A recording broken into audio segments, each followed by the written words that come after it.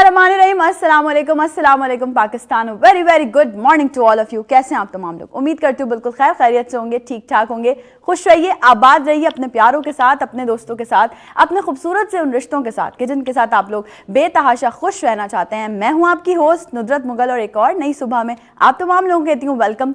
क्या हाल हवाल है भाई? पूरे दिन का, पूरे वीक का बल्कि ब्लेस्ड डे जो होता है फ्राइडे, वो है जी आज। और आपको पता है कि अक्सर हम ये कोशिश करते हैं कि फ्राइडे जो हो वो हमारा हेल्थ डे कंसीडर किया जाए। सो जी आज भी हम इसी टॉपिक पे, किसी स्पेशल टॉपिक पे बात करने वाले हैं, लेकिन उससे पहले ज़रा मेरी और आपकी थोड़ी सी चिट चैट हो जाए और हम थोड़ी सी और मज़ेदार सी बातें कर लें, क्योंकि आज के बाद हमारी मुलाकात में आ जाएगा 2 दिन का गैप, 2 दिन की छुट्टी आ जाएगी। 2 दिन हमारी मतलब मेरी और आपकी मुलाकात नहीं हो पाएगी, फिर मेरी आपसे मुलाकात होगी मंडे को।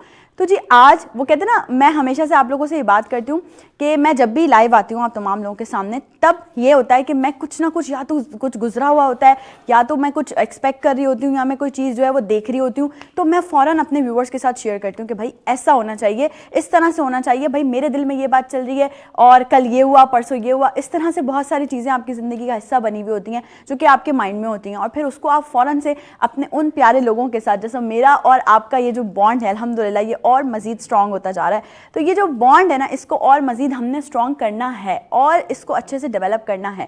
तो मैं ये समझती हूँ कि उसको डेवलप करने के लिए हम क्या करेंगे? उसको डेवलप करने के लिए हम ये करेंगे कि हम एक दूसरे के साथ बड़ी मुखलिसी से चलेंगे। ये जो एक मैसेज है, ये जो एक बात है, बेसिकली ये हर एक पर लागू होती है। चाहे आप किसी करियर में, किसी भी करियर में काम कर रहे हो, किसी कॉर्पोरेट सेक्टर में काम कर रहे हो, चाहे जो है वो आप किसी ऐसी जगह पे काम कर रहे हो जहाँ पर मतलब नॉर्मली काम कर रहे हो, कॉर्पोरेट सेक्टर ना हो, किसी भी फर्म में काम कर रहे हो, चाहे आपका अपना रिलेशनशिप हो, चाहे आपकी अपनी फैमिली हो, ये बहुत ज़रूरी है कि आप लॉयल रहें, मुखलिस रहें, जिस भी रिश्ते में रहें। अगर रिश्ते में रहें तो भी मुखलिस रहें, अगर आप कोई जॉब कर रहे हैं तो उसके साथ भी आप लॉयल रहें। यानी कि आपको ऐसा नहीं होना चाहिए कि आप बड़ा बेदिली से अपना काम कर रहे हो और बेदिली से बोलें भाई यार सर से बोझ उतारना है, बस इसीलिए हम ये काम कर लें। ऐसा बिल्कुल भी नहीं होना चाहिए। जितना आप अपने काम को दिल से करेंगे उतना वो काम आपको पे बैक करेगा। मेरे नाना एक बात कहते थे हमेशा, और वो ये कहते थे कि अगर जैसे हम अमूमन कर देते ना, यार अभी टाइम नहीं है कपड़े प्रेस करने का, बस निकालो और ऐसे ही पहन लो। तो मेरे नाना अमूमन एक बात कहते थे कि जब तक आप एक कपड़े को, एक ड्रेस को अच्छे से प्रेस करके, उसको अच्छे से प्रिपेयर करके नहीं पहनोगे ना, अगर आप उसको अच्छे से प्रिपेयर करके पहनोगे तो वो आपकी 10 लोगों में बड़ी इज्जत करवाएगा। तो ये बात हम इंसानों पर भी लागू होती है ना, कि अगर हम अपने आसपास के लोगों को अच्छा रखेंगे तो फिर तभी वो हमारी इज्जत करवाएंगे। अगर आपकी बेटी है और आपने उसको बहुत अच्छा रखा हुआ है, यानी कि आप उसको फ्रीडम भी दे रहे हैं, आप जो है वो उसको पढ़ा भी रहे हैं, लिखा भी रहे हैं और उसकी अच्छी तालीम और तरबियत भी कर रहे हैं, तो मैं समझती हूँ कि वो आपकी 10 लोगों में इज्जत करवाएगी। लोग बोलेंगे यार ये फ़लाँ की बेटी है और देखो कितनी माशाल्लाह वेल एजुकेटेड है, माशाल्लाह कितनी जो है वो ज़बरदस्त तरीके से सारी चीज़ों को जो है वो लेकर चल रही है। तो मैं ये समझती हूँ कि ये ज़िंदगी में ये हिस्सा होना बहुत ज़रूरी है। मुखलिसी आपकी ज़िंदगी में होना बहुत ज़रूरी है। जब हम बात करते हैं बेटे की और बेटी की, तो मैं हमेशा से आप लोगों से शिकवा करती हूँ एक तरीके से कि यार बहुत सारे पेरेंट्स आज भी ऐसे हैं, not 5 fingers are equal, but बहुत सारे पेरेंट्स आज भी ऐसे हैं जो जब बेटे की और बेटी की तालीम की बात आती है तो वो ये सोचते हैं कि यार बेटे को तो हम O लेवल A लेवल्स में पढ़ाएं, लेकिन जब बेटी की बात आती है तो हम कहते हैं यार मोहल्ले की किसी गवर्नमेंट स्कूल या किसी भी जगह पे आप एडमिशन दिलवा दो, करना ही क्या है, इसने तो कल को ब्याह के चली जाना है। यार मतलब आप एक्सपेक्ट करें कि एक लड़की अगर वो पढ़ी लिखी नहीं होगी तो वो आगे आने वाली अपनी नस्ल को किस तरह से एजुकेट कर सकेगी। हम हमेशा से कहते हैं, हमने बड़ों से सुनते आए हैं कि बच्चे की जो पहली दर्जगाह होती है वो माँ की गोद होती है। तो जब वो माँ की गोद एजुकेटेड नहीं होगी, स्किलफुल नहीं होगी, तो वो किस तरह से अपने बच्चे को एजुकेट कर सकेगी। अच्छा, एक ड्रॉबैक आज के दौर में हमारा एक और भी देखा जा रहा है, वो ये देखा जा रहा है कि अगर एक पढ़ी लिखी लड़की किसी इलिटरेटेड फैमिली की बहू बन जाती है तो जब वो उनको अपनी चीज़ों के सजेशंस दे रही होती है या वो बता रही होती है कि देखिए जो चीज़ें आप लोग अपने पर्सपेक्टिव से करना चाह रहे हैं ये ऐसे नहीं, ऐसे कर लेंगे तो ज़रा बेहतर हो सकता है, तो यहाँ पे बड़े इख्तलाफात हो जाते हैं उससे कि जी आज 4 दिन की आई लड़की ने हमारे लिए ये बोल दिया, हमारा तो इतना एक्सपीरियंस है, हमारा तो उतना एक्सपीरियंस है। नो डाउट आपका एक्सपीरियंस है, लेकिन वो कहते हैं ना गो विद द फ्लो। ज़िंदगी में जब आप आगे बढ़ रहे होते हैं, जब आपकी ज़िंदगी आगे बढ़ रही होती है तो उसी के साथ साथ चीज़ें चेंज हो रही होती हैं। डे बाय डे आपको नया नया कुछ ना कुछ सुनने को मिलता होगा कि आज ये हो रहा है दुनिया में, आज किसी इंडस्ट्री में ये हो रहा है, आज ये इनोवेशन हो गई है, आज ये तहकीक की गई है तो इस पर जो है काम किया जा रहा है, आज ये सर्जरी की गई है तो ये बड़ी सक्सेसफुल रही है। डेली बेसिस पे आपको चीज़ें बहुत सारी अपग्रेड होती हुई नज़र आ रही हैं। तो जब अपग्रेड होने की बात यहाँ पर आ रही है तो फिर आप लोग क्यों नहीं अपग्रेड हो सकते? फिर हम जो है वो उसको एक तरीके से इल्ज़ाम देते हैं तालीम को, माशरे को, कि जी लड़की को बाहर निकाल दिया तालीम के लिए तो उसने ज़ुबान खोलना शुरू कर दी। नहीं भाई, तालीम ने उसको शऊर दे दिया। अच्छा हाँ, यहाँ पर मैं हमेशा बैलेंस रखने की बात करती हूँ, और बैलेंस ये है कि माजरत के साथ हमारी कुछ लड़कियाँ भी ऐसी हैं, अगर वो पढ़ लिख गई हैं, अगर उनको तालीम है, उनको शऊर है, तो उनको चाहिए कि वो जो अपना पर्सपेक्टिव अपने ससुराल वालों के सामने रखें या इवन दो अपनी फैमिली के सामने रखें, तो एटलीस्ट उनको समझाने का तरीका आना चाहिए कि वो कहना क्या चाह रही हैं।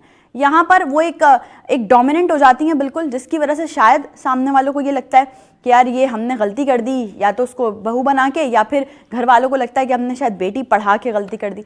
तो अगर आप कुछ भी कहना चाहती हैं अपने पेरेंट्स से, कुछ समझाना चाहती हैं अपने ससुराली रिश्तेदारों को, तो कोशिश करें कि आपको बात कहने का तरीका आना चाहिए। और वैसे भी ये बात तो हम वैसे भी कहते हैं कि अगर आप सच कह रहे हैं, सच हमेशा बोलना चाहिए, झूठ कभी नहीं बोलना चाहिए, लेकिन अगर आप सच को सच की तरह नहीं कह रहे हैं तो फिर आपका सच कहना फजूल है। आप किसी इंसान को कोई बात समझाना चाह रहे हैं, आप किसी को बताना चाह रहे हैं कि देखें आप यहाँ पर ये चीज़ गलत कर रहे हैं, तो एक तो ये होगा कि आपने उसको ब्लंटली जाकर बोल दिया कि भाई ये चीज़ ऐसे है, तो सामने वाला यकीनन शायद कुछ देर तक नहीं समझ पाए कि आप उसको समझाना क्या चाह रहे थे। अक्सर देखा गया है जब लड़ाई झगड़े हो रहे होते हैं, चाहे वो फैमिलीज़ में हो रहे हो, चाहे वो हस्बैंड वाइफ में हो रहे हो, चाहे वो बहन भाइयों में हो रहे हो, लड़ाई झगड़े तो हर जगह ही होते हैं, तो देखा गया कि हम आर्ग्यूमेंट्स बहुत कर रहे होते हैं।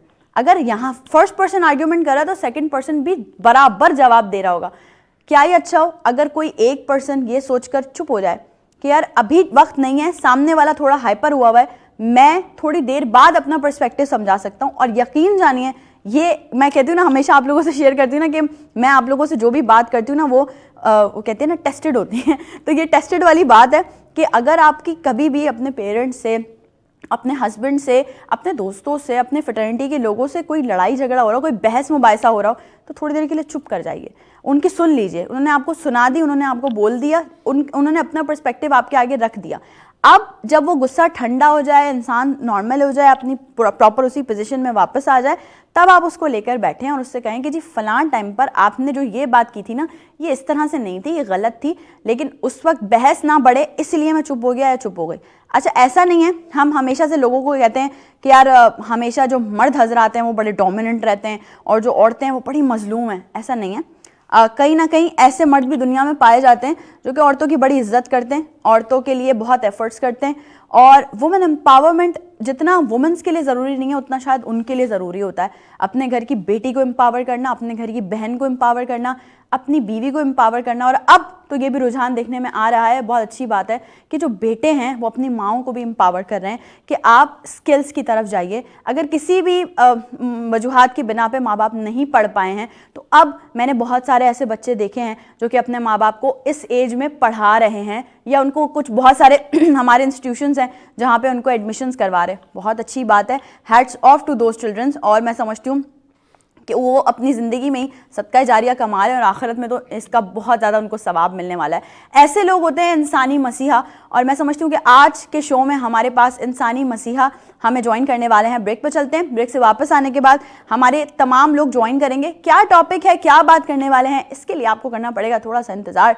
ब्रेक पर चलते हैं, ब्रेक से वापस आने के बाद आपको गेस्ट के साथ ज्वाइन करेंगे, कहीं मत जाइएगा। Will be right back after the short break.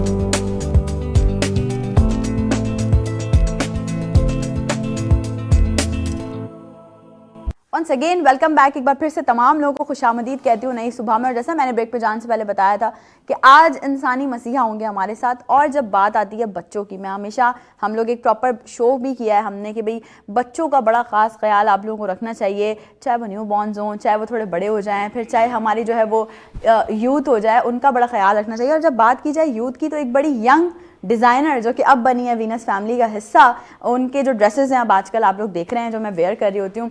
तो भाई अगर आप लोग भी चाहते हैं कि अच्छे से कैजुअल से ड्रेसेस आप तमाम लोगों के वार्डरोब का भी हिस्सा बने, तो आप कॉन्टैक्ट कर सकते हैं निदा से, जिनका ब्रांड है जीज क्लथिंग के नाम से, जिसका वार्डरोब आजकल आप मुझे वेयर करते हुए देख रहे हैं स्क्रीन पे। तो जी Nida, thank you so very much, और इसी तरह से काम करती रहें। बहुत अच्छे ड्रेसेस होते हैं, बहुत कम्फी ड्रेसेस होते हैं इनके, तो आप लोग भी अगर अपने वार्डरोब में ये ड्रेसेस ऐड करना चाहते हैं सो यू कैन कॉन्टैक्ट हर। और वापस आते हैं बैक टू द पवेलियन, और नई सुबह के स्टूडियो में इस वक्त 3 लोगों ने हमें ज्वाइन किया है। और आपको पता है कि मेरा हमेशा से एक काम रहा है, जो कि हमेशा लोग मुझे इस चीज़ पे बड़ा बोलते भी हैं, और मैं हमेशा ये बात कहती हूँ, मुझे कहते हैं कि भाई आप हमेशा लेडीज़ से इंट्रोडक्शन का स्टार्ट करवाती हैं, ये बोल के कि लेडीज़ फर्स्ट। तो ये तो भाई है ना, अब जो चीज़ है उसको हम चेंज कैसे कर सकते हैं।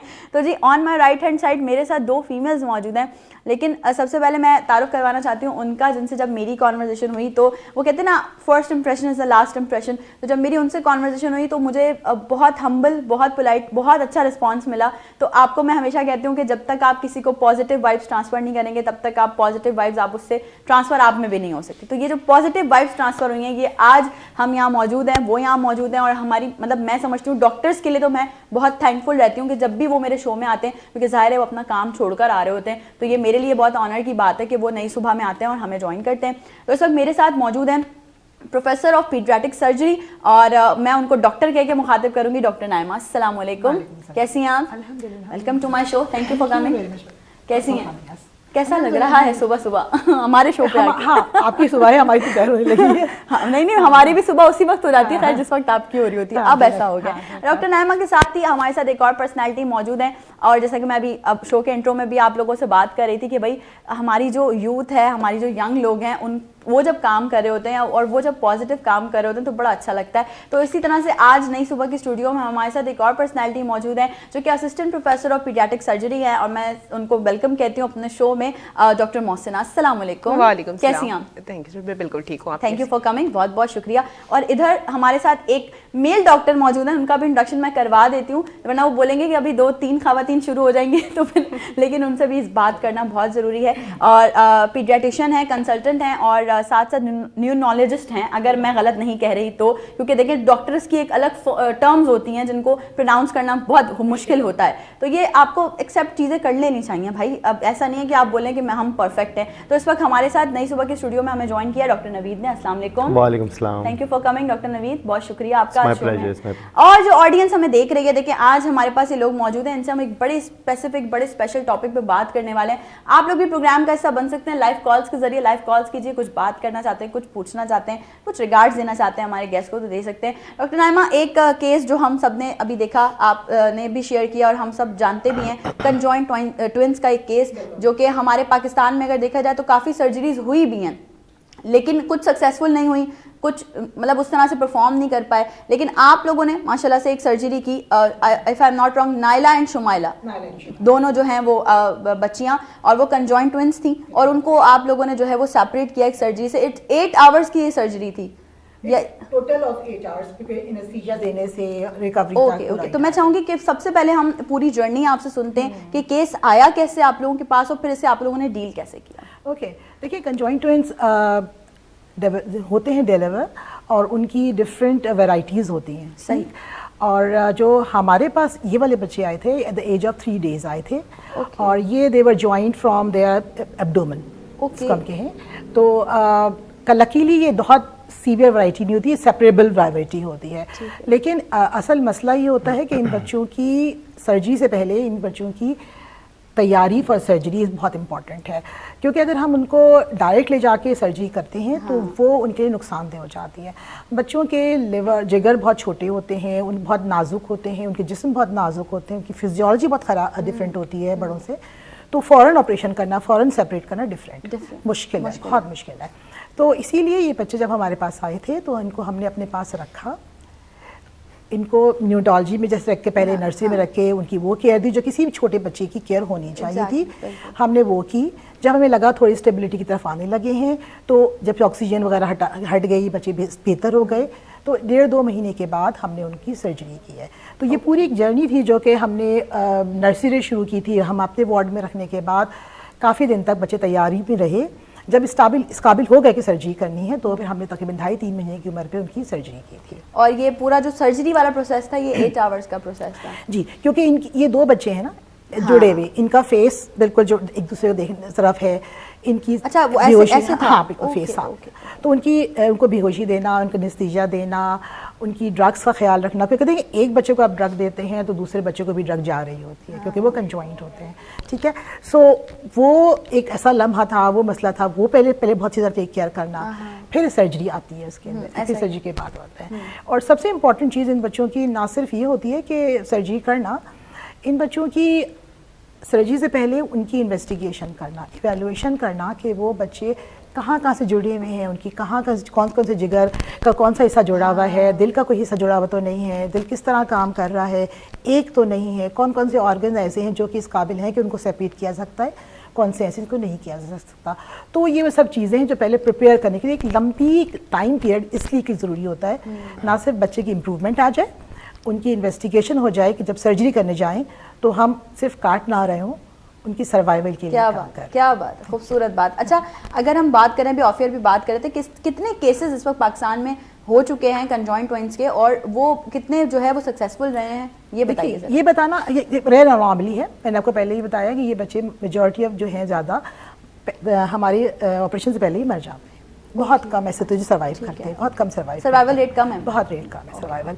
जब उनका हम सर्वाइवल रेट जो भी सर्वाइव करते हैं तो उनमें जब कुछ सर्जरी के दौरान एक्सपायर हो जाते हैं, कुछ सर्जरी के बाद फ़ौरन बाद एक्सपायर हो जाते हैं। तो ये जो इम्पॉर्टेंट चीज़ है कि उनको throughout their life care देना is important, pre surgery and post surgery में। देखिए सक्सेसफुल सर्जरीज की बात कर रही हैं तो हम 5-6 ऐसे ज़रूर गिनवा सकते हैं जो सक्सेसफुल हुए हैं, लेकिन कहीं डॉक्यूमेंट नहीं हुई। Important thing is to document that, especially the government sector hospital, जहाँ पर आपके पास सर्विसेज भी नहीं कम होती हैं, रिसोर्सेज भी कम होती हैं, और इन बच्चों की स्पेशल केयर चाहिए जो एक्स्ट्रा है नॉर्मल बच्चों से ज़्यादा, वो उन बच्चों की सर्वाइवल हमारे लिए ज़्यादा इंपॉर्टेंट है। दैट्स द रीज़न हम इसको हाईलाइट करना चाहते हैं कि गवर्नमेंट सेक्टर हॉस्पिटल में भी ये सर्वाइवल पॉसिबल है, होना चाहिए। बिल्कुल डॉक्टर नवीन, अगर आपसे बात की जाए तो क्या कोई प्रिवेंशंस हैं कंजॉइंट ट्विंस के? शुक्रिया, थैंक यू। अच्छा, प्रिवेंशन के पॉइंट ऑफ व्यू से हम ये कर सकते हैं कि जब नेक्स्ट प्रेगनेंसीज़ के अंदर इनका इंसिडेंस बहुत कम होता है, चांसेस दोबारा होने के बहुत कम होते हैं, मगर जब भी एक एबनॉर्मलिटी होती है किसी बच्चे के अंदर तो देयर आर चांसेस कि वो दूसरे सेकंड बेबी के अंदर भी हो जाए। बुक्स के अंदर हम थ्योरेटिकली देखेंगे तो उसमें लिखा होता है कि जैसे ये कंजॉइंट ट्विंस का ही अगर हम ले लें तो उसमें लिखा है कि 50,000 में से 2 लाख बच्चों में से किसी एक बच्चे में होता है। मगर हमने अपने एक्सपीरियंस में, क्योंकि मुझे भी इस फील्ड में अराउंड 14-15 ईयर्स हो गए, हमने ऐसा भी देखा है कि ये एबनॉर्मलिटी नहीं, कोई और एबनॉर्मलिटी अगर है, कोई और कंजेनिटल एबनॉर्मलिटी बच्चों में है, ऐसा भी हुआ कि सेकंड बेबी में भी रिपीट हो गई, ठीक है। तो कोई अनफॉर्चुनेट फैमिलीज ऐसी होती हैं जिसमें ये होता है। बाकी चांसेस होते हैं रिपीटिशन के, ऐसा नहीं कि नहीं होते, और कंजॉइंट ट्विन के चांसेस काफ़ी रेयर हैं बिकॉज इट्स 1 in 50,000। और कुछ बच्चे जो होते हैं वो इन यूट्रो हुए हुए होते हैं conjoint, but they can not make it to the world, survive नहीं कर पाते, और उनका इंट्रा यूट्राइन ही डेथ हो जाती है। कुछ बच्चे राइट आफ्टर डिलीवरी एक्सपायर हो जाते हैं, और जो सर्वाइव करते हैं वो 1 in 2 लाख हैं। तो उस हवाले से ये है कि थोड़ी सी अवेयरनेस होनी चाहिए।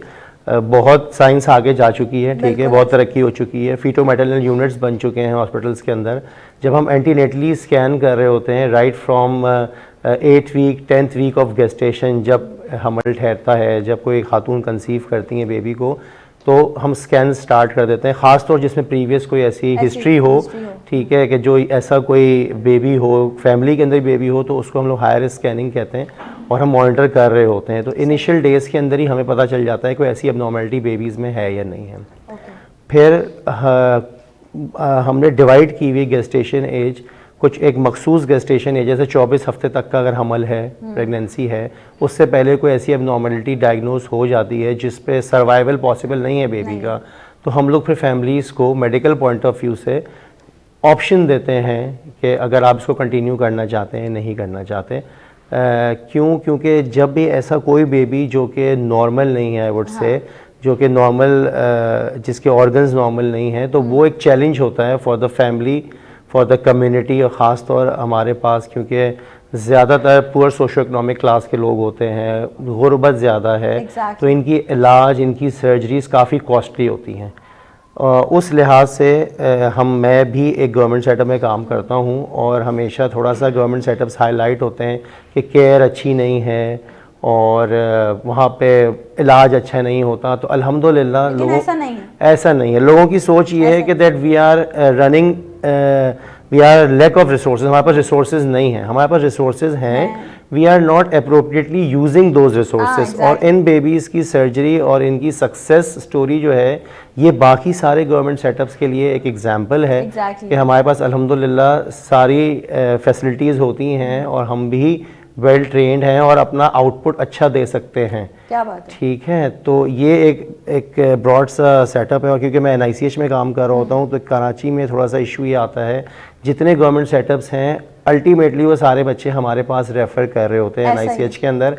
हर लास्ट स्टेशन हर गरीब पेशेंट का या हर बिगड़े हुए मरीज़ का NICH होता है। And we accept all of them open heartedly and we try to give, हम अपना पूरी कोशिश करते हैं उनको 100% केयर दें और हम देते हैं। और अल्हम्दुलिल्लाह हमारा टर्नओवर भी ज़्यादा है, हमारी मोर्टेलिटी भी डे बाय डे कम होती जा रही है, मोबिलिटीज़ भी कम होती जा रही हैं और सर्वाइवल अच्छा होता जा रहा है। देखिए ना, आप लोग वाकई अच्छा ट्रीट करते हैं, तो उसकी ये मिसाल है ना आप लोगों की जो सर्जरी है बेसिकली। डॉक्टर मोहसिन, अगर बात की जाए पेरेंट्स की, उन पेरेंट्स की जो कि कंजॉइंट ट्विंस के पेरेंट्स थे, तो उनके क्या तासुरात थे जब सर्जरी से पहले की अगर बात की जाए तो वो क्या, मतलब एक होता है ना, एक इंसान के दिल में डर होता है कि पता नहीं ये लोग सर्वाइव मेरे बच्चे कर पाएंगे या नहीं कर पाएंगे, तो उस बारे में जरा आपसे मैं पूछना चाहूँगी। एक्चुअली वो एक पोर क्लास फैमिली थी। Father was a rickshaw driver और देवर अगेन हमारे पास NICU से जब पेशेंट स्टेबलाइज हो गए तो we wanted to discharge them कि वो इतने स्टेबल हो जाएं, उनके लिवर्स इतने डेवलप्ड हो जाएं, क्योंकि लिवर्स ही बेसिकली उनके जॉइंट थे।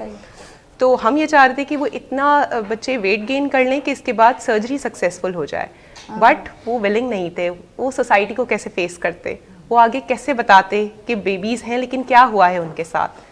तो एक सोशल इशू की वजह से we had to keep those babies with us for 1 to 2 months, जहाँ पे उनकी फीडिंग से लेकर उनकी investigations everything was managed by doctor की बात को यहीं से कंटिन्यू करेंगे। एक छोटा सा ब्रेक है हमारे पास, ब्रेक पे चलते हैं। ब्रेक से वापस आने के बाद आपको दोबारा से ज्वाइन करेंगे, कहीं मत जाइएगा। Will be right back after the short break.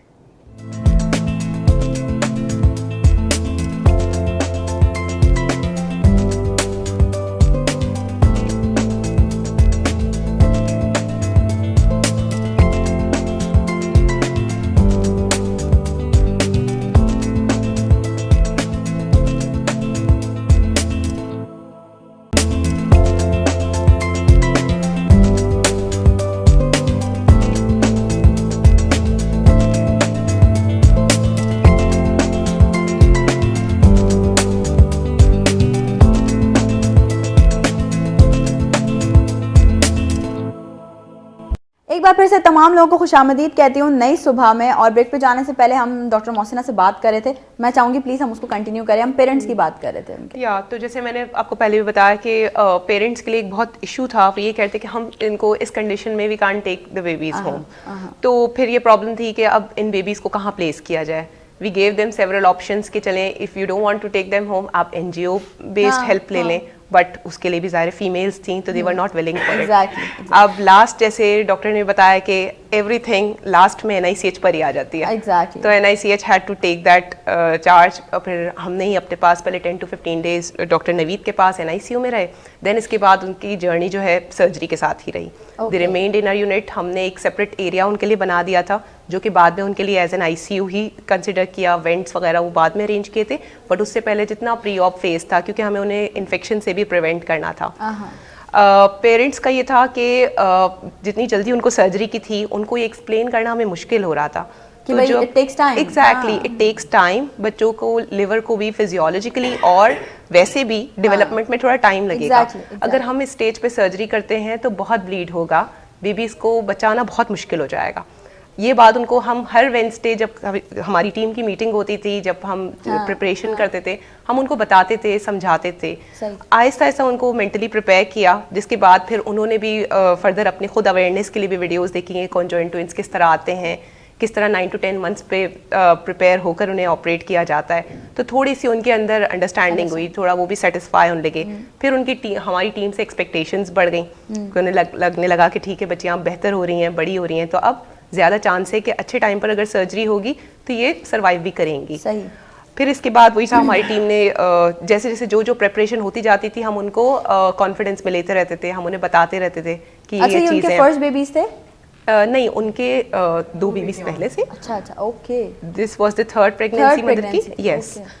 तो जैसे जैसे फिर टीम ने अपने आप को प्रिपेयर करना स्टार्ट किया, जैसे जैसे जो प्रिपरेशन होती गई, then came the day of surgery, जिसपे फिर फादर से हमने फिर सर्जरी से पहले व्हेन वी मेट हिम, हाँ, exactly. तो ही वाज वेरी सेटिस्फाइड और बहुत ज़्यादा वो कहने लगे अब जो भी आउटकम हो आई ट्रस्ट यू पीपल। हाँ, क्या बात, ठीक क्या है। बात। उन्होंने कहा कि अब जो भी होगा, लेकिन आप लोगों ने जितनी एफर्ट्स की है ना, उसके बाद मैं हूँ कि आप लोगों ने बहुत खुलूस से किया है हमारे बच्चों के लिए जो काम किया है।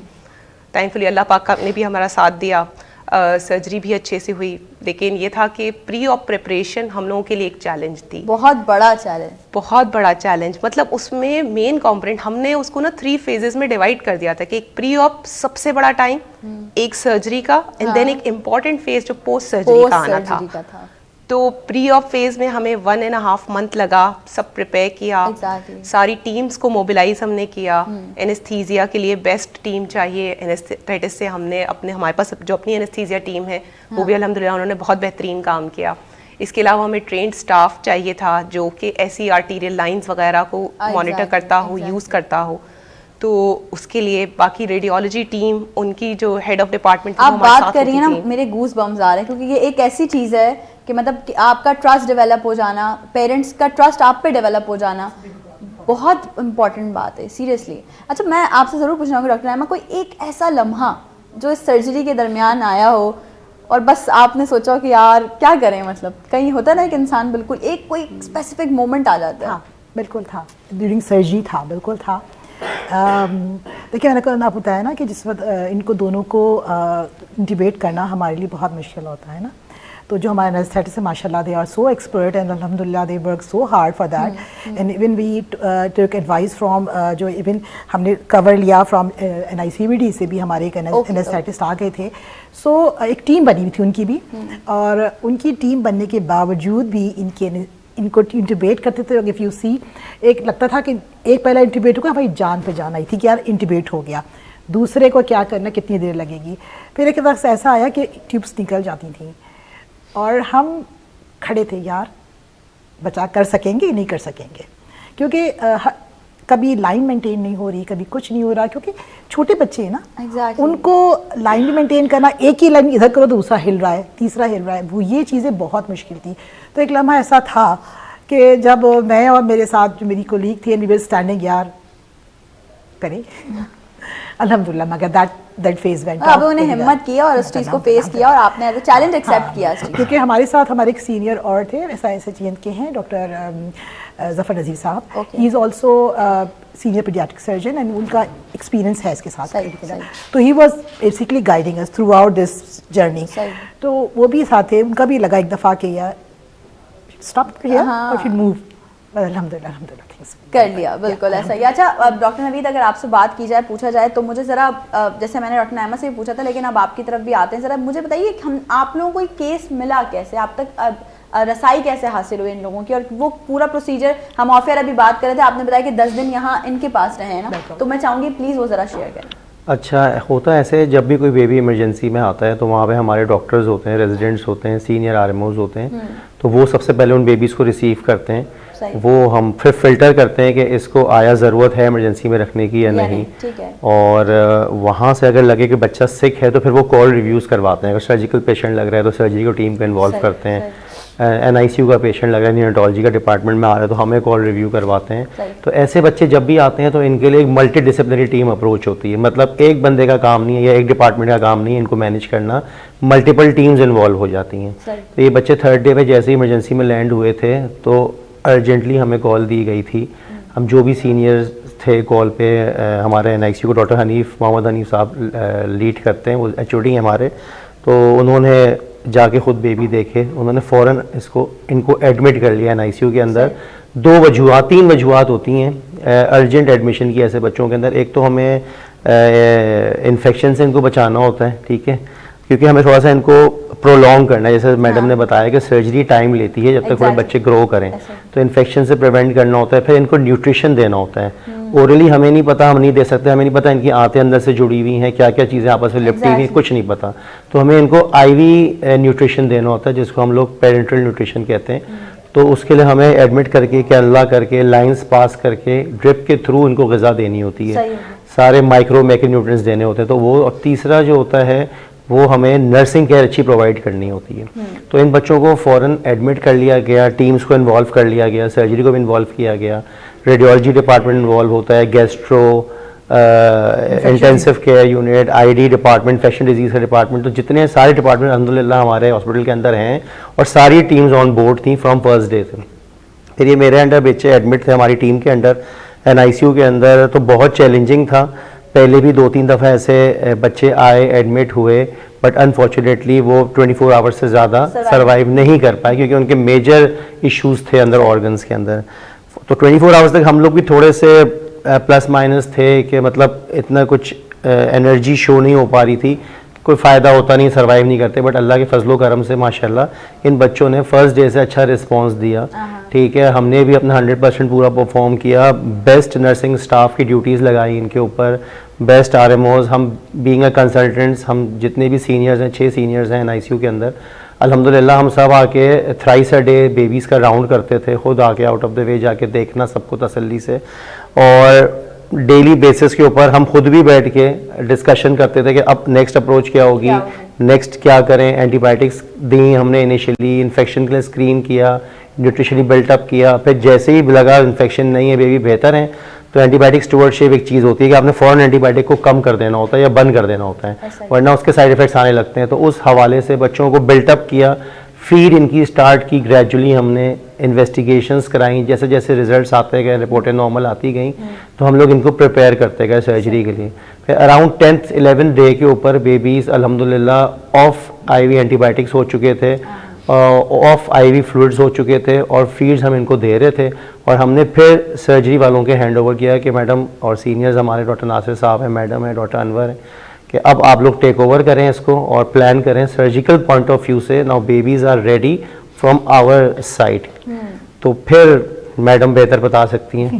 Please to be continue. Yes, जब हमने अपने पास बच्चे लिए थे, NICH में एक इशू बहुत बड़ा है कि वहाँ पर आपके पास बेड्स बहुत कम होते हैं, सो इट्स पूरी ओवर क्राउडेड हॉस्पिटल है। जैसे नदीर ने बताया आपके कि हर जगह से पेशेंट आखिर वहीं आने हैं, सो कीपिंग दोज चिल्ड्रन जो कि फ्री ऑफ इन्फेक्शन, लोगों से बचा के रखना होगा बेसिकली, कि लोग आते हैं ना देखने के लिए, ये क्या है, ये कुछ अजूबा हो गया है, इसको देखना ज़रूरी है। सो उससे प्रिवेंट करना, इन्फेक्शन से प्रिवेंट करना के लिए हमारे पास कोई जगह नहीं थी, तो ये हमारे लिए बहुत बड़ा चैलेंज था पहले। बट अल्हम्दुलिल्लाह luckily we were able to make a space जो उनके लिए बिल्कुल सेपरेट कर दी गई थी, और उस जगह पे सिर्फ उन 2 बच्चों को रखा हमने, उनकी मदर के साथ, और किसी और को अवेलेबल जाने नहीं दिया। And I am thankful for my staff और my every person of my team that they all work together, उन बच्चों के लिए काम करते रहे, किसी ने कोई बात बाहर जाके नहीं इन्फॉर्म किया किसी को, बहुत सेफ रखा। एक दफ़ा मीडिया में चला, I am so sorry but I have to tell you this, एक दफ़ा चला जाए ना, हाँ, तो उसको बहुत ज़्यादा उछाला जाता है in fact. So we try to, अब पेरेंट्स की सबसे ज़्यादा हमसे ये थी कि नहीं, किसी को पता ना चले ये क्या है, अब हमें सेपरेट करके दे दें, हम दबा देंगे, मार देंगे, दफना देंगे, अब सेपरेट करते हैं, हम इसको साथ कर लेके घर नहीं जाएंगे, सिंगल एंटिटी घर लेके नहीं जाएंगे हम इसको। सो हमें यकीनन उनको फिर उनका भी ख्याल करना था, so we kept them in our unit. Further investigations हुई, thanks to our radiologist, she work very hard, उन्होंने हर वो चीज़ जो हमने उनसे मांगी उन्होंने हमें करके दी। यानी कि ये ओवरऑल ये हुआ कि आप लोगों ने टीम्स बिठाई, टीम्स मीटअप हुए, बहुत तगोदो के बाद आप लोग इस नतीजे में ऐसा था कि जैसे हम ऐसे नहीं समझते कि हमने मल्टीपल, हर वीक हमारे पास एक मीटिंग होती थी और उस पर चीज लोग एड ऑन होते जाते थे। ओह, एंड पैनलिस्ट मतलब बढ़ते जाते थे। It took almost 1.5 month that, क्योंकि वो हमें तकरीबन 2.5 महीने के बाद हमने उनको ऑपरेट किया है, तो it took all that period जिसमें हमारी टीम्स बनती जाती थी, एवरी वीक हम मीटिंग करते थे, हमने एक ग्रुप बनाया फेसबुक पे कि क्या क्या चीज़ें एंड आउट होती गई हैं और किसको क्या रिक्वायरमेंट है वो हमें at the time of surgery मिल जाए। तो I am very thankful to my director, he work so hard कि उन्होंने हमें हर चीज़ प्रोवाइड कर दी। मैं कहती हूँ कि हम नहीं थे इस काबिल, बट यस हमने कहा हमें करना है तो ही देखिए ओके ना करें। हमने कहा हमारे रेजिडेंट ने किसको कुछ मिला नहीं है, रेजिडेंट ने कहा कि हम अपनी ज़कात निकालते हैं, हम हमारी फैकल्टी में ज़कात निकाली हैं। So it was so good team work that really paid off फॉस कि वो इतना अच्छा रिस्पॉन्स निकला, वरना ये बच्चे यूजुअली नहीं सर्वाइव कर सकते थे। सबकी नीयत देखें साफ थी ना, नीयत साफ थी, एग्जैक्टली बात सारी नीयत साफ थी, बहुत प्लान चलाई हम आगे आके। And thank you doctor Zafar Nazir साहब, वो हमें बहुत गाइड करते रहे, ऐसे करना ऐसे करना ऐसे करना, and he guided so well कि हमने हमारी जो आउटकम निकला वो ऑल टीम वर्क की और ऑल प्लान चीज़ों के साथ निकला। ऐसा ही है, हाँ, अनप्लान जाना हमारे लिए मुश्किल था, नामुमकिन था, बल्कि सर्वाइवल नामुमकिन था बिल्कुल। अब प्लान करके तरीके से बिल्कुल इस चीज़ को अगर आगे लेके आप लोग चले तो जाहिर है तभी आगे। अच्छा अभी कैसे हैं डॉक्टर मोहसिना बच्चे? बच्चे दोनों अल्हम्दुलिल्लाह माशाल्लाह दे आर थ्राइविंग वेल, और अब तो बच्चियाँ माशाल्लाह 5 to 6 months की हो चुकी हुई हैं, ग्रोइंग वेल, फीड वगैरह ये बेसिकली नवंबर में हुई है सर्जरी? नवंबर में हुई है ये। ओके, 2.5 महीने की थी। हाँ तो अब ऑलमोस्ट हो गई होंगी 5 महीने, तो अभी भी मतलब आती हैं ज़्यादा फॉलो Follow पे आते हैं। 2 days back they were there because उनकी अभी ना देखिए हमने भी सेपरेट किया है, हाँ ठीक है, अभी बहुत सी चीज़ें बाकी, हाँ वो देख यही लो, मैं पूछना हाँ, चाहती थी कि उनकी सेपरेट होने के जर्नी, बाद भी अभी हाँ, बहुत कुछ होगा। बहुत कुछ होगा। देखिए अभी अल्हम्दुलिल्लाह उनकी गट्स अलग, उनकी आंतें अलग थी तो हमें कोई मसला नहीं है, हाँ। उनके जिगर जुड़े हुए थे, उनका हार्ट का थोड़ा पार्ट की जो झिल्ली होती है वो ऐसा जुड़ी ही, हुई ऐसा थी, ही। सेपरेट हो गई, ठीक है। सही। लेकिन एब्डोमेन हमने सिर्फ क्योंकि हम बंद नहीं कर सकते एब्डोमेन को, तो उसमें स्किन बंद की हुई है, एब्डोमिनल वॉल अंदर डिफेक्ट है, अभी उनकी जो है वो स्किन की डिफॉर्मिटी है, अभी उनकी बोन्स की डिफॉर्मिटी है। जैसे जैसे बड़ी होंगी हमें उनकी बहुत सी चीज़ें पता चलेंगी, Exactly. देन विल प्लान, क्योंकि ये जर्नी ख़त्म नहीं होनी अभी, ये चलनी है, लंबी है। पेरेंट्स उनके अब जब सेपरेट होने के बाद उन्होंने देखा तो क्या उनका फर्स्ट जो एक कहते हैं ना reaction? So happy, they were so thankful to us, अल्हम्दुलिल्लाह दे वर सो गुड। अभी भी वो बहुत प्रेज करते हैं कि थैंक यू वेरी मच, बहुत लोगों ने बहुत कुछ कहा कि ये यहाँ नहीं पॉसिबल होगी, आप कहीं और ले जाएं। हमने कहा नहीं, लोगों ने इतनी मेहनत की है तो ज़रूर कुछ होगा, और इंशाल्लाह अल्लाह का लाख लाख शुक्र है, we were able to make it up. तो डॉक्टर नवीद अगर हम ऐसी जर्नली पे बात करें तो अभी इस वक्त आप क्या देख रहे हैं? एक तो खैर मौसम भी हमारा सर्दियों का चल रहा है, तो बच्चों में कौन सी एक ऐसी डिजीज या कौन सा ऐसा एक मसला है जो सबसे ज़्यादा आपके पास केसेस आ रहे हैं? रेस्पिरेटरी ट्रैक इन्फेक्शंस जैसे हम कहते हैं, नज़ला, ज़ुकाम, खांसी, नमूनिया, ये चीज़ें बहुत फैली हुई हैं, जैसे वेदर में फैल जाता है, और वायरल इन्फेक्शंस जिसमें मीज़ल्स, चिकन पॉक्स, मम्स, ये बहुत ज़्यादा केसेस हम लोग देख रहे हैं, क्लिनिक्स के अंदर आ रहे हैं बच्चे। तो इसमें यही है पेरेंट्स के लिए कि अगर फैमिली में किसी को हो तो अवॉइड करें, अपने बच्चों को थोड़ा एक्सपोजर ना हो ऐसे बच्चों से उनका, ताकि हम प्रिवेंट कर सकें। और एहतियाती तदाबीर के अंदर वैक्सीन्स बहुत इंपॉर्टेंट होती हैं, ठीक है, तो काइंडली सब अपने बच्चों को वैक्सीन्स करवाएं। और हमारे जो पुअर क्लास है वो थोड़ी सी अवॉइड करती है, नहीं लगवाती, तो अब तो हर गली गली में सेंटर्स बने हुए हैं गवर्नमेंट के, और वैक्सीनेशन बहुत इंपॉर्टेंट है, काइंडली वैक्सीन्स करवाएं। फिर कुछ प्राइवेट वैक्सीन्स भी होती हैं, इन्फ्लुएंजा की और दूसरी तीसरी, तो वो भी करवा सकते हैं, ठीक है। उससे ये होता है कि ऐसा तो नहीं होता कि फ्लू नहीं होगा, मगर ये है कि उसकी सेवेरिटी कम होती है और होने के चांसेस कम हो जाते हैं, तो एहतियात बेहतर है इलाज से, ऐसा ही है, ठीक है। तो ये मैं आपको सजेस्ट करूँ, यही केसेस आजकल ज़्यादा आ रहे हैं अच्छा क्लिनिक्स के अंदर। न्यूबॉर्न की बात करें ना, जो न्यूबॉर्न बेबीज हैं उनमें एक केसेस नहीं, ये मैं बड़े बच्चों की बात कर रहा था। न्यूबॉर्न्स के अंदर कोई एज सच केसेस नहीं आते। न्यूबॉर्न्स पे डिपेंड करता है कि न्यूबॉर्न कहाँ पैदा हुआ, कितने हफ्ते में पैदा हुआ, उसका वज़न कितना है, उसके ऊपर उसकी बीमारी है, जो कि वर्ल्ड वाइड हैं। वो कोई ऐसी नहीं कि पाकिस्तान या कराची में कुछ मखसूस बीमारी हैं, और या फिर कि कहाँ पैदा हुए, ये बहुत मैटर करता है कि अच्छे सेंटर में पैदा हुए हैं, टर्शी केयर सेंटर था, सफाई सुथराई का ख्याल रखा गया था या नहीं रखा गया था। अगर नहीं, गलियों में छोटे क्लिनिक्स के अंदर और क्वैक्स या दाई अम्माएँ पैदा करा रही होती हैं जिन बच्चों को, तो फिर उनकी ज़्यादा कॉम्प्लिकेशंस होती हैं, जिसके अंदर उनको इन्फेक्शन सबसे बड़ा कॉज है। इन्फेक्शन इतना होता है बच्चों को कि स्टेरिलिटी का ख्याल नहीं रखा जाता, सफाई सुथराई का, गंदी छुरी चाकुओं से नाफ़े काटी जाती हैं जिसको हम लेकल कॉर्ड हम कहते हैं, उससे फिर इन्फेक्शन का सिलसिला शुरू हो जाता है। तो वो बच्चे प्रेजेंट करते हैं हमारे पास इमरजेंसी में, और कुछ बच्चे ऐसे हैं जो कमज़ोर बच्चे हैं, वक्त से पहले पैदा हो जाते हैं, मतलब 37 हफ्ते से पहले पैदा हो जाए, उनको हम प्री मेच्योर बच्चे कहते हैं। तो उनकी तो एक अलग ही कॉम्प्लिकेशंस होती हैं। हमारे टीचर्स कहती थी, हमारी मेंटोर्स जो थे वो कहते थे कि अगर एक प्री मेच्योर बच्चा आपके NICU के अंदर आ गया तो वो आपको पूरा नियोनेटोलॉजी का सब्जेक्ट पढ़ा देगा एक दिन के अंदर ही। उसमें इतनी कॉम्प्लिकेशंस होती हैं, हेड टू टो हमें फिर उनको मॉनिटर करना पड़ता है और उनको लेके चलना पड़ता है, तशखीस करनी पड़ती है बीमारियों की और अकॉर्डिंगली फिर मैनेजमेंट होती है उनकी। ऑन पॉइंट बहुत सारी अच्छी अच्छी बातें हैं जो कि डॉक्टर नवीद ने की हैं, और यकीनन जो पेरेंट्स भी हमें देख रहे होंगे उनको बहुत कुछ अब शायद उनकी इन्फॉर्मेशन में इजाफा हो रहा हो। जैसे मेरी इन्फॉर्मेशन में भी आज काफ़ी इजाफा हुआ है इन लोगों की बातें सुन के, लेकिन अभी आप लोगों की इन्फॉर्मेशन में थोड़ा और इजाफा करना ज़रूरी है। लेकिन छोटी सी ब्रेक है, ब्रेक पे चलते, ब्रेक से वापस आने के बाद आपको दोबारा ज्वाइन करेंगे, कहीं मत जाइएगा, will be right back after this short break.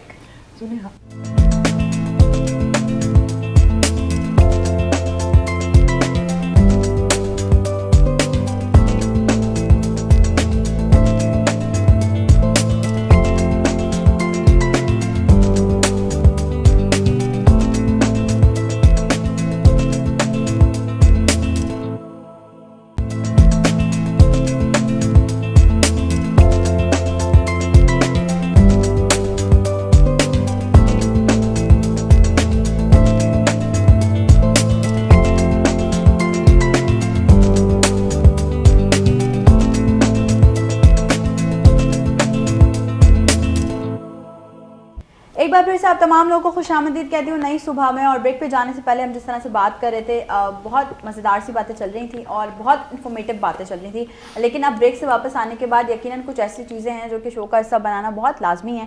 Doctor Naveed, अगर बात की जाए पोस्ट ऑप केयर की, तो उसको आप कैसे डिफ़ाइन करेंगे?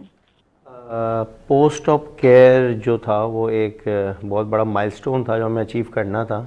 3 फेजेस थे, एक प्री ऑप फेज़, एक ऑप फेज़ ऑपरेशन के दौरान, और एक पोस्ट ऑप फेज़ के ऑपरेशन के बाद अब केयर कैसे प्रोवाइड करनी है। तो उसके लिए भी जैसे पहले डिस्कस हुआ कि टीम्स प्लान हुई हुई थी, तो हमने टीम प्लान की हुई थी कि उसको कौन लीड करेगा, उसमें कौन कौन नर्सेज असाइंड होंगी, सबकी ड्यूटीज़ थी, कौन सीनियर्स राउंड करेंगे, फिर रेजिडेंट्स होते हैं कुछ हमारे PG पोस्ट ग्रेजुएट ट्रेनीज़, वो असाइंड थे, फेलोज़ असाइंड थे।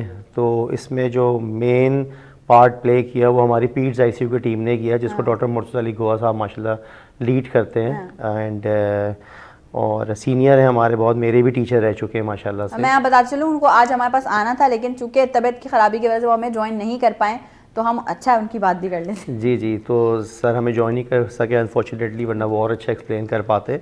तो सर हमारे टीम लीडर थे, उनके अंडर, उनके साथ या उनके अंडर मैं और डॉक्टर हनीफ जो मेरे HOD और मैं, हम 3 सीनियर्स थे कंसल्टेंट्स। हमने अपने दिन डिवाइड किए हुए थे। डॉक्टर महमूद अली शेख भी हैं हमारे 3rd न्यूरोलॉजिस्ट, वो डॉक्टर मुर्तज़ा के साथ मॉर्निंग करते थे, मैं जो था इवनिंग करता था, और डॉक्टर हनीफ नाइट में आके राउंड और ड्यूटीज़ और जो चेंजेस वगैरह करानी थी मैनेजमेंट प्लान में वो हम करते थे।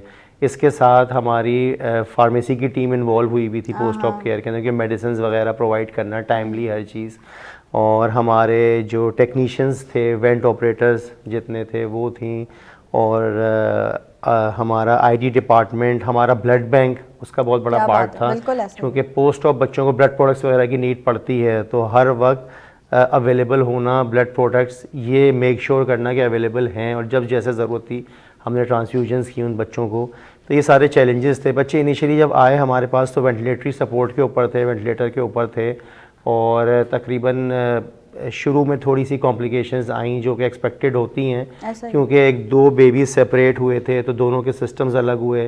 सर्कुलेटरी इश्यूज़ आते हैं, मतलब ब्लड सर्कुलेशन में, तो ब्लड प्रेशर कंट्रोल करने की दवाएं, फिर वेंटिलेटर में, फिर थोड़ा सा उनको सुला के रखना ताकि पेन ना हो, पेन मैनेजमेंट करना, फिर इन्फेक्शन ना हो, एंटीबायोटिक्स देना, वो सारी मैनेजमेंट्स हुई। सेंट्रल लाइंस वगैरह पास हुई हुई थी, तो उनकी केयर करना बहुत ज़रूरी थी।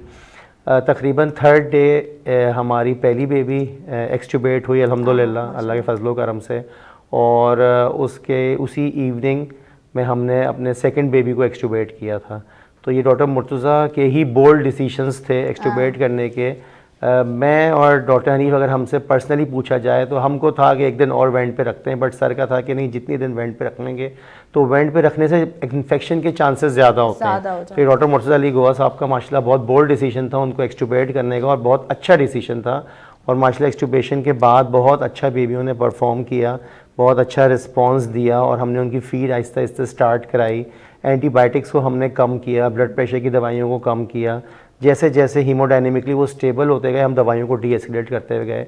कोई एक दवा अगर आप बोलें 1 मिनट भी एक्स्ट्रा दी गई हो, ऐसा कुछ नहीं हुआ। मतलब ठीक proper है, care थी। बिल्कुल प्रॉपर केयर थी, टाइमली हर चीज़ होता रहा। ब्लड प्रोडक्ट्स अरेंज किए, ब्लड ट्रांसफ्यूज़ करना था क्योंकि मेजर सर्जरी थी, ब्लड लॉसेस होते हैं इसके बिल्कुल, अंदर। बिल्कुल। तो टाइमली हमने किया, ब्लड ट्रांसफ्यूज़ किए, अल्हम्दुलिल्लाह कोई ऐसी सच कॉम्प्लिकेशन हमें नहीं आई। हमें था अल्लाह ना करे ऐसा ना हो कि इतनी लंबी सर्जरी है, ऐसे बच्चों का अमूमन ब्रेन थोड़ा सा कॉम्प्रोमाइज़ हो जाता है कि ऐसा ना हो कि थोड़े से ये डेवलपमेंटली डिले रह जाएं बच्चे, या इतना अच्छा आउटकम ना है। बट माशाल्लाह अल्लाह पाक की तरफ से इतना अच्छा रिस्पांस उनका देखने को मिला उन बच्चों का। जैसे ही बच्चे एक्सट्यूबेट हुए, बल्कि एक्सट्यूबेशन डिसाइड इसलिए किया गया कि जैसे ही उनकी सेडेशन हमने वीन ऑफ की, बंद की, बेहोशी की दवाइयाँ, वो ट्यूबे पकड़ के ऐसे कर रहे होते कि निकालो हमें, निकालो हमें, निकालो वेंट से। मतलब फुल एक्टिव माइंड। अल्हम्दुलिल्लाह अल्हम्दुलिल्लाह अल्हम्दुलिल्लाह वो हमने किया। उसके बाद जो एक बहुत अहम चीज़ थी सर्जिकल केयर थी। जो वूंड हुआ था सर्जरी का, जो इंसिजन मार्क था, मैडम बेहतर बता सकती हैं, उसकी ड्रेसिंग टाइमली दिन में 2 बार 3 बार जैसे प्लान मैडम करती थी या सीनियर्स कर रहे थे सर्जरी के, वो हो रही थी टाइमली, जिसकी वजह से इन्फेक्शन लग नहीं पाया बच्चों को अल्हम्दुलिल्लाह। तो ऐसे बच्चों में सबसे बड़ा चैलेंज जो होता है वो इन्फेक्शन से बचाना होता है। इन्फेक्शन हमने कंट्रोल कर लिया, बाकी ऊपर अल्लाह पाक की ज़ात है और अल्हम्दुलिल्लाह अपने आप पे भरोसा एतमाद था पूरी टीम के ऊपर, तो सक्सेसफुली हम लोग उनको जैसे डॉक्टर नवीद वेन बता आउट रहे कर हैं, सके। डॉक्टर नाइमा ये मैडम बता सकती हैं ज़रा सही से सर्जरी के हवाले से वो ड्रेसिंग वगैरह, तो मैं चाहूँगी वो प्लीज़ आप ज़रा शेयर करें। आपको बताया कि इनके जिगर जुड़े हुए थे, सो और स्किन, हाँ और चेस्ट का कुछ पार्ट जुड़ा हुआ था। सही। जब हम इनको बंद करते हैं तो जिगर तो हमने सेपरेट कर लिया, और दो this difficult part but that was done. Skin को कवर करना हमारे लिए बहुत मुश्किल काम था। स्किन से नीचे मसल्स जो होते हैं, जो पट्टे होते हैं, उनको कवर करना मुश्किल काम होता है। उसको कवर करने के लिए हमने एक मैश होते हैं वो लगाते हैं, एक जालियाँ होती हैं, वो लगाता कि वो कवर रहे, वो डायरेक्ट स्किन से कांटेक्ट में ना आए हमारे ऑर्गन्स। सो उसके स्किन तो बंद हो गई आराम से, लेकिन ये था कि थोड़ी सी टेंशन होती है इनमें बंद करने क्योंकि आप खींच के बंद कर रहे हैं जो कुछ इसको सॉर्ट ऑफ। सो उनकी ड्रेसिंग करना, यकीनन उनकी केयर करना बहुत इंपॉर्टेंट होती है, स्पेशली अगर कोई जाली या मैश लगा हो तो बहुत इंपॉर्टेंट होता है, क्योंकि वो ज़रा सा भी इन्फेक्शन लगे तो वो ख़राब हो जाएगा, सब कुछ खुल सकता था। लेकिन अल्हम्दुलिल्लाह वो चीज़ें मैनेज हो गई, अच्छी गुड केयर। मैं I am very thankful to all my of team कि उस पूरी NICH की टीम की मैं बहुत शुक्रगुजार हूँ कि उन्होंने जिस तरह जिसको जो काम दिया गया वो बहुत तमीज़ से और ज़िम्मेदारी से किया। दैट इज़ द रीज़न जो है ना हर चीज़ बेहतर होती चली गई। और जो जैसे आपने कहा कि ड्रेसिंग का वक्त को ड्रेसिंग हो रही है, बहुत केयरफुली हो रही है, बहुत इन्फेक्शन के बगैर हो रही है, स्टरलाइज इन्वायरमेंट में हो रही है कि कोई गंदगी ना आ सके, कोई इन्फेक्शन वहाँ पर ना लग सके, ये सब चीज़ें की गई तो रिजल्ट सामने आ गया अल्हम्दुलिल्लाह, एवरीथिंग वाज। क्या बात है। डॉक्टर मोहसिना, आप कितने टाइम से मतलब फील्ड से वाबस्ता हैं, कब से जो है वो आपने प्रैक्टिस स्टार्ट कर दी है? मैं 2017 से मैंने ट्रेनिंग स्टार्ट की थी पीडियाट्रिक सर्जरी की। देन 3 इयर्स की ट्रेनिंग होती है FCPS की।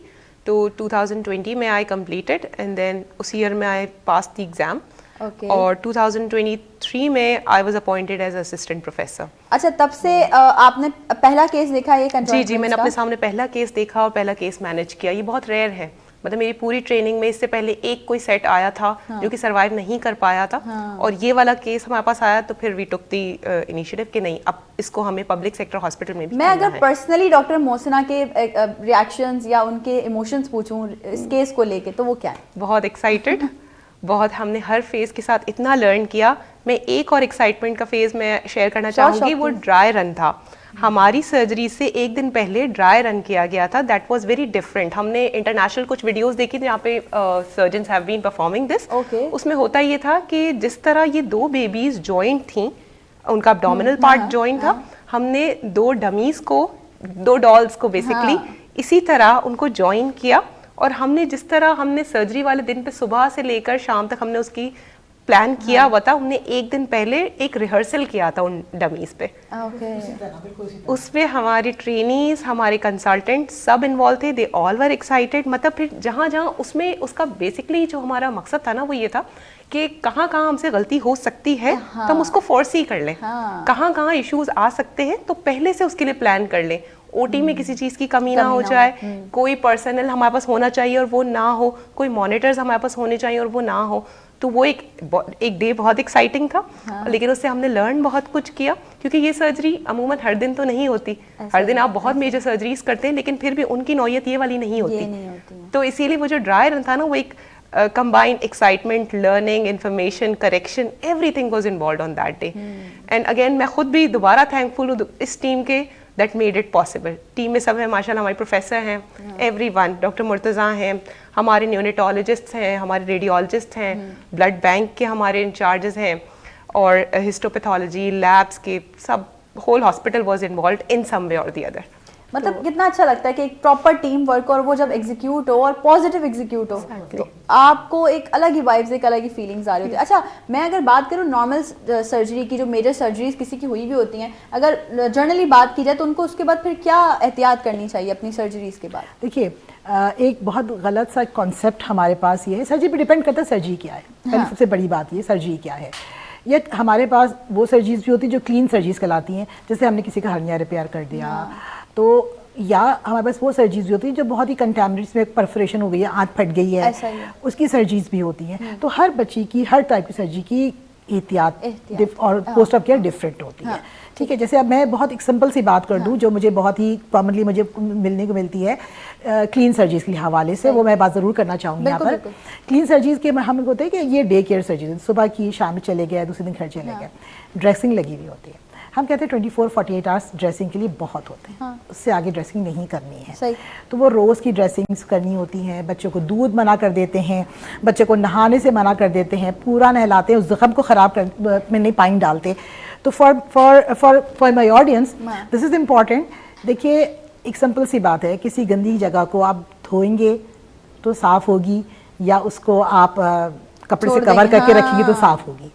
धोना इस मेरे ख्याल में ज़्यादा बेहतर है। तो वॉश करना कोई मना नहीं है, दूध पीना कोई मना नहीं है, और ड्रेस डिपेंड करता है कि आपके पास वो क्लीन सर्जरीज में मैं कह रही हूँ कि बड़े आराम से 24-48 आवर्स के बाद आप ड्रेसिंग हटाइए, बच्चे को नॉर्मली वॉश करवाइए, नॉर्मल खाना दीजिए। कोई अगर पीडियाट्रिक सर्जरी की बात करें तो कौन सी कॉमन ऐसी सर्जरीज हैं जो भी आप मतलब देखती हैं कि ज़्यादा इसके केसेस आ रहे हैं? देखिए, हमारे पास अगेन NICH जो है ना, वो सिंध का सबसे बड़ा ऐसा ही गवर्नमेंट सेक्टर हॉस्पिटल है। Almost every type of surgeries होती हैं यहाँ पर।